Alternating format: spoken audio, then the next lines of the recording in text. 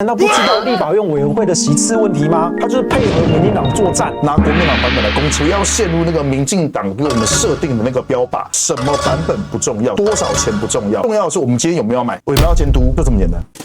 Ladies and gentlemen, welcome the host.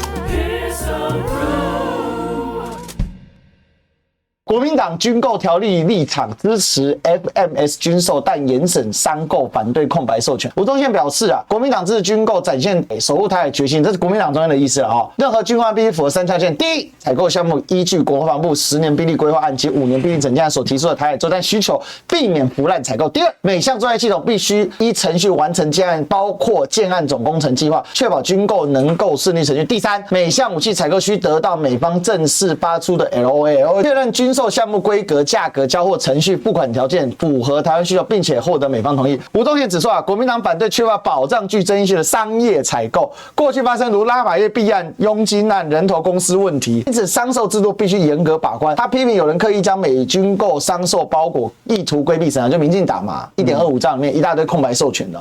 他强调，军购财源不得空白授权，军购条例加计成本初估达到5兆我的天哪！将排挤国内基础公益支出预算上限必须明确就在这个时候呢，阿汉就跳出来，黄伟汉在脸书提出对台湾政治发展的整体主张，国师等级耶，整体主张好，强调无论有哪个政党执政，都应该要做到执政稳健在野党必须忠诚监督我还亲爱精诚的在国家利益前提下，理性竞争，争取政党轮替。他表示自己关心的从来不是哪个政党执政或下台，我关心的是台湾，要救的也只会是台湾那黄伟汉就在 YouTube 的直播重申这个立场，而且针对近期这个军购攻防质疑国民党你们这个提出把行政院提的规划8年1.25兆预算要砍成3500亿这个军购不是想买就买呢他指出，即便今天反军购是民进党，我同样会质疑。我怎么没有看到的民进党执政？你质疑什么他认为可以反绿，但不应该因此走向反美、反日或反军购。这是我们上次汉学有讲反美日我们就无所依，反军购我们就连防卫自己的能力都没有。后来他看到有网友留言说他在求官就踩到人家地雷了嘛。他回应自己过去曾婉拒国民党当不分区立委，有这样的事，并庆幸自己当初有拒绝。不然我今天就是这50几个其中的一员，我干不下去他强调不在乎被特定族群厌恶只坚持说自己相信的话。黄伟汉这个他今天讲得很清楚了，他说如果当初没有拒绝的话，现在就是50几个嘛，那现在国民党是52嘛，这个部分区名单谁提的？朱主席。我觉得林涛要出来讲，我觉得这个已经在吃国民党豆腐。我觉得林涛要出来讲一下，就是至少要搞清楚，要确定当时到底朱主席有没有询问过，有没有征询过洪伟汉。如果没有的话，洪伟汉就是在胡说八道。就我的了解，因为当时不分区名单在排的时候，公布前都还在做名单，公布前有一个很大的改动，我相信你应该有听过这件事情。本来闻过本来有一位不分区是要被排在里面的，结果公布出来的时候没有他，他当时都已经是什么助理公员都已经在弄了。最后没有他，所以他非常的不高兴。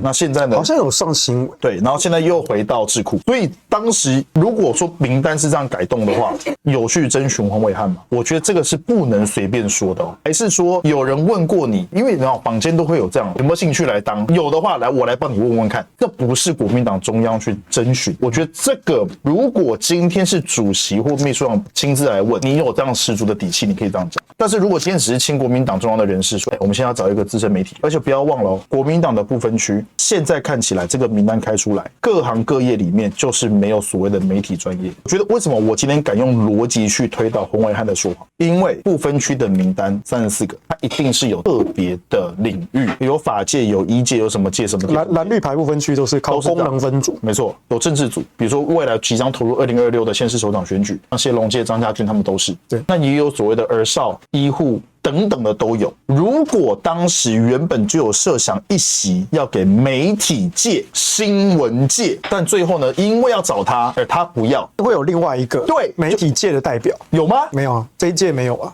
所以我就说了，根本就不用请林涛出来讲，我们光靠逻辑推导就知道有还是没有。因为呢，排不分区的逻辑不会变，人也许会换。我问 A 不要，我找 B， 但是 A 跟 B 有没有共同性？有，都是媒体人，都是新闻界，都是军方，都有国防专业啊，都有经济专业，都有社会上的贤达的身份，没有啊。所以我就说了，我认为他在说谎。第二个，军购的部分，无论是9000亿、8100亿、3500亿，甚至新闻稿出来变3800亿，管我们现在国民党变成有4个版本，3500亿加 N、3800亿加 N， 然后民进党说3800亿没有加 N， 但现在来解读国民党版本，然后过去小青的8100亿，然后还有朱立伦他们的9000亿，好，还有一个就是因为有这么多的版本，所以才会有这么多可以见缝插针的机会，它就充分代表了我们是一个最大的在野党。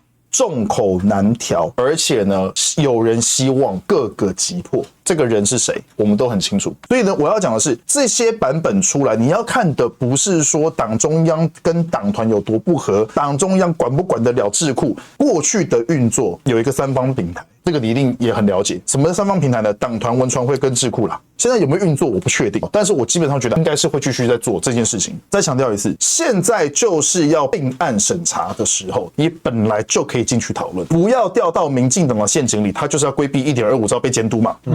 所以拿国民党版本来攻击，我一直强调一件事情，我不管哪一个版本，3500、3800、3800加 N、3800不加 N、6000、8100、9000，都在做一件事情，就是监督，万变不离其宗，就是为了监督，而且不管怎么编，就是不给你民进党那个3000亿乱搞，那9000亿还少了3000亿啊，就算编到朱立伦的顶。9000亿还是少了3000亿，那请问一下，为什么要少那个3000亿？我就是不想让你民进党胡搞瞎搞嘛。现在民进党铺天盖地讲说3800亿加 N 不透明，很模糊。我就一直在讲一件事情，你们是不是把以前国民党骂你的新闻稿，直接变成是你反过来骂国民党？1.25兆7大领域，这边智库待过的人，你真的知道他们到底要干嘛吗？空白授权了，那个才是真正模糊吧？那才叫真正的不透明吧？对啊，而且美方的发价书就是3500亿，那剩下到底要干嘛？所以我之前就预言一件事情，现在国民党说白了就是 G to G。G to B 的我统统不要，就是国家对国家的我买，任何有可能对军火商的、有可能用商购的，我通通先不要，以后再说，就这么简单。民进党，我之前一直在强调一件事情，赖清德想要做一个新的产业蓝海，是透过国家力量去扶植的。到他虽然反对蔡英文做那些绿电，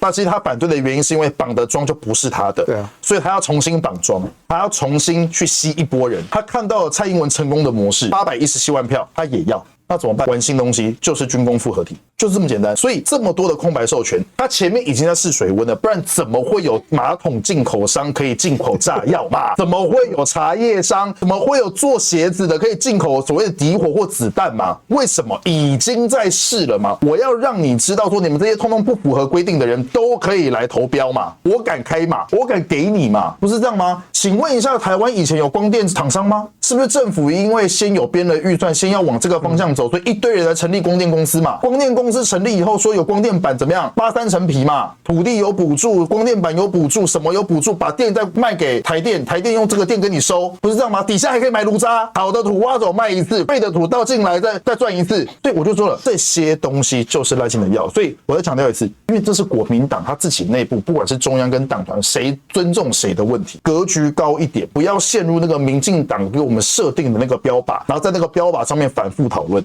什么版本不重要，多少钱不重要，重要的是我们今天有没有要买，有要买，我们要监督，我们就是要监督，就这么简单。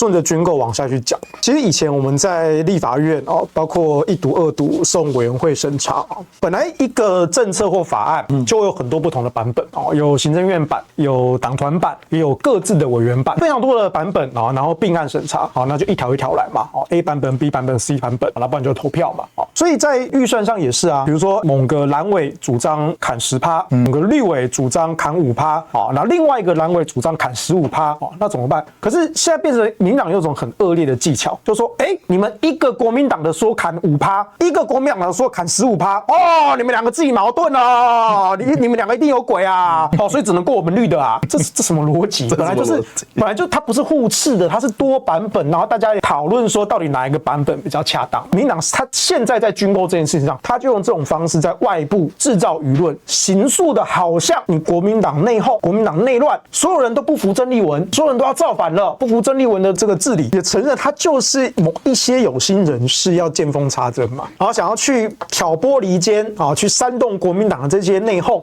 可是我同样是外部的眼光看，我觉得那就是多个版本啊。那多个版本你们各自拿出来，我认为重点都不是那个数字。第一个你要问的是，为什么最低的数字是这个数字？3500，你不能只说你看国民党党版指编3500，就是要削弱台湾的国防实力就是跟老共串通了，要卖台。民党现在就是这样讲啊，还有某一些媒体人就这样讲啊，然后就顺便扣他说，你看郑丽文就是亲中，所以他跟老共讲好了，为了他就是想去大陆，对，为了想去大陆要正习会，然后这个美国方面的军购就要压低、压低再压低，只给3500，我要通通砍光光。没有啊，你如果仔细去看党中央的版本，3500是美国明确给出发价书的，国民党没有党，对，国民党没有党，美国明确开出来，一定要的，我们接受，我们买，我们赞成。加 N 的部分我也给你弹性空间，加 N 的部分我们要来谈。你美国也要给我多一点的资讯。我相信美国人你们也知道，现在的台湾政府他们喊的价码是 1.25 兆，对美国的立场当然有钱赚白不赚啊。你们也知道，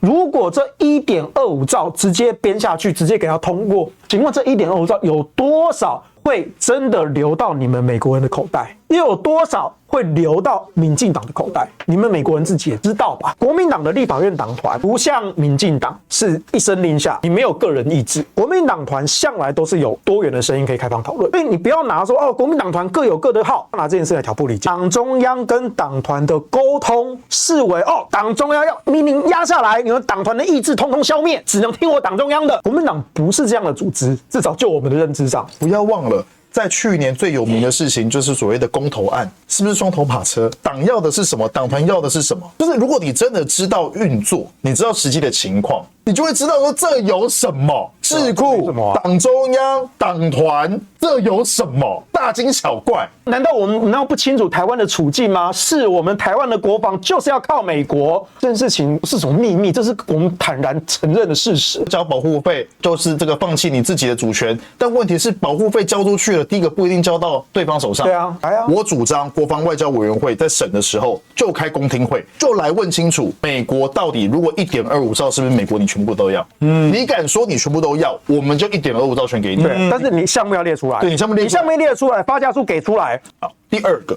今天民进党怎么说？他说我们的版本里面没有特别提到要阻断，要有什么绯红供应链。我就问庄瑞雄，你再继续胡说八道没关系。你认为3500亿买的全部都是美国的武器，有哪一个零件上面写 Made in China？ 如果有能退吗？我就问你，如果有的话能退吗？你敢去跟美国人讲说，靠，我们合约里面写绯红供应链，你的供应链所有产品里面不能有 Made in China， 连0.00001%都不可以。如果被你发现有，你敢退吗？我们讲的是废话是什么？跟美国买武器，说我们合约里面没有写绯红供应链，那笑死人！那你们以前有写吗？所以我就说，现在都只能挑这种似是而非的事情来打。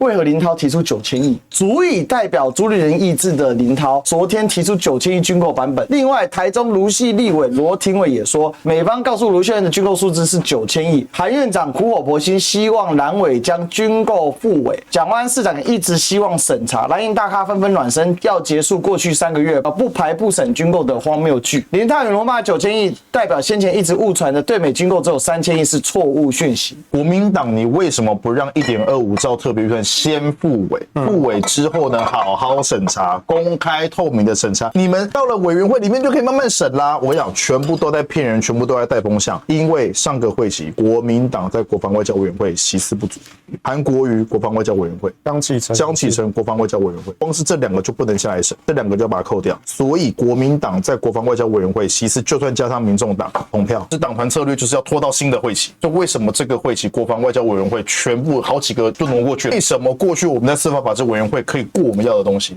就是这个道理。所以国民党的党团战术策略清清楚楚、明明白白。去年他们也发现这件事了，民进党就一直讲，包括洪伟汉也一直讲，复委啊，复委不审查，怎么有违天职？这边也在讲啦，你们为什么不复委？难道你心里没数吗？因为你们想要透过强势的表决，在上个会期就要通过这笔预算，等到二读会的时候，我跟你讲，到时候社会要挡也来不及了。你懂吗？二读会虽然人数上面确实他们还是弱势，可是在舆论媒体攻击这件事情，在野党就会很吃亏。只要一旦二读进入大院的讨论的时候，就会遇到这种问题，然后就会质问说：“喂，你在野党不是多数吗？怎么二读了？你一读的时候，你委员会的时候怎么没有挡？对啊，你委员会怎么没有挡？哦，那代表你们都讲好了吧？对，那你们也同意啊？委员会的时候你们也同意，怎么现在反悔？对啊，就是这样，这就是政治的。你说就算三读表决还是硬挡下来，那国民党也会内伤啊。没错，好，再来，所有人都说今天不买，明天来不及，这个完全像不像你在夜市听到有人叫卖的时候一模一样的话术？今天不买，明天就要涨价，你懂我意思吗？今天确实军购。我们的国防武器是卖方市场，这个我们所有人都同意，但是不会因为你今天不跟他买，他明天就卖给别人，因为他还是只能也卖给你而已。今天我们台湾的国防武器是卖方市场，不是因为我们武器来源单一，而是因为美国的强权是政治上的强权，所以它是卖方市场，它对我们政治的影响力，所以它是卖方市场，就这么简单。你能不买吗？你也不能不买。你不能不买的原因是什么？是因为政治上的关系，是因为国际政治上的关系，是因为地缘政治上的关系。我们能不能跟印度买？其实也没有不可以啊，也没有不可以啊。我们一定要跟美国买，我们不能跟印度买吗？我就说没有不可以。我们中华民国就是选择我们只愿意跟美国。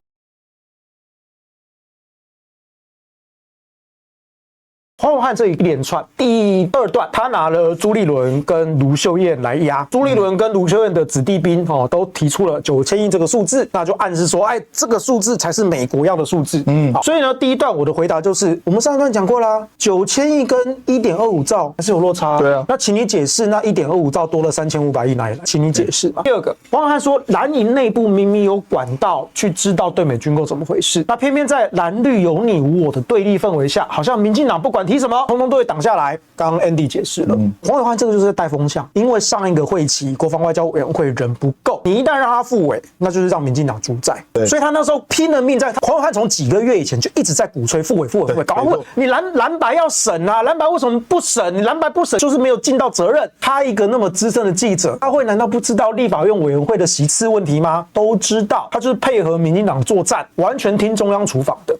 再来。如果真的蓝白是民进党提的全部封杀，为反对而反对，那连这3500都不会有，没有必要开出来，甚至还要加 N， 还有什么加 N？ 没有，就是0。你每一项都一条一条、一项一项给我列，怎么会有这种3500加 N 的这个版本？不会有的。那这个就是栽赃。所以我们大家知道，最基本、最必要的大概就是3、4千的这个水准。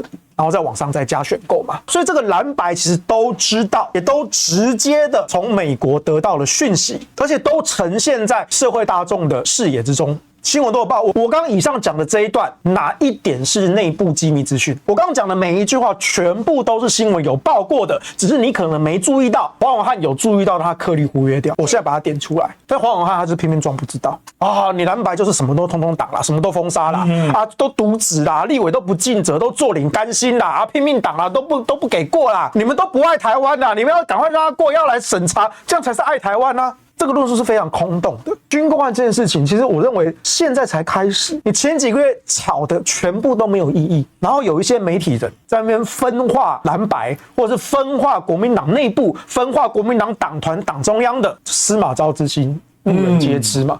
手法拙劣。你说这个排审了，这点我赞成啊，因为现在人数够了嘛，委员会人数够了嘛，就排审啊。那这个会期我们就要好好审。那我希望在这个会期，蓝白、国民党、民众党在审一条一条审军购条例的时候，审的时候，你黄永汉就不要在那边说你们蓝白又不给过，蓝白怎么样？不要打这种很空泛的，你就跟我说蓝白现在在审的那一条有没有问题，或者说你要为他辩护，你就针对那一条去讲，你不要用这种栽赃扣帽子的笼统的糊弄全部抓在一起讲，还没挑拨离间，一下子朱立伦，一下子卢秀燕，一下子子弟兵，一下子国民党党团、党中央、党智库，太多了，角色太多了，好吗？统一一下，谢谢。我们说是国民党党内统一，你要开炮也要对国民党开炮。我们跳回上一题，刚刚讲那个黄伟汉的那个新闻，讲他国民党立委这件事情，黄伟汉就说这个我当时是婉拒国民党不分区立委啊，否则我今天就是这50几个其中一员，所以很明确的，国民党50几席，所以他一定只是2024年哦，他不会是上一届，对他不会是蔡英文时期的38，对，那只有30几席而已。好，所以第一个，他一定指的是2023年的选举过程中，党主席朱立伦提名的不分区名单。同意。所以刚刚 Andy 讲的非常好，林涛作为朱立伦的发言人，你应该出来说明一下，是谁要用黄伟汉这个人？哦，我过去曾经婉拒国民党当不分区啊，谁？语言不谁？你跟我说谁？带风向了，语言不行。 50几个好，所以我们可以确定是2024年那一届，应该说是2023年的选举期间。对，2023年的选举期间。好，时间有了，好，谁？因为你这个讲法一定是国民党官方嘛，你家老板当初是你亲自还是你派谁去接洽黄伟汉，要他当国民党的不分区，讲出来，你不要这边自抬身价，还在那边说哦，不然我今天就这50几个我干不下去哦，为什么？因为国民党不爱台湾，我最爱台湾，所以我干不下去，讲这什么屁话？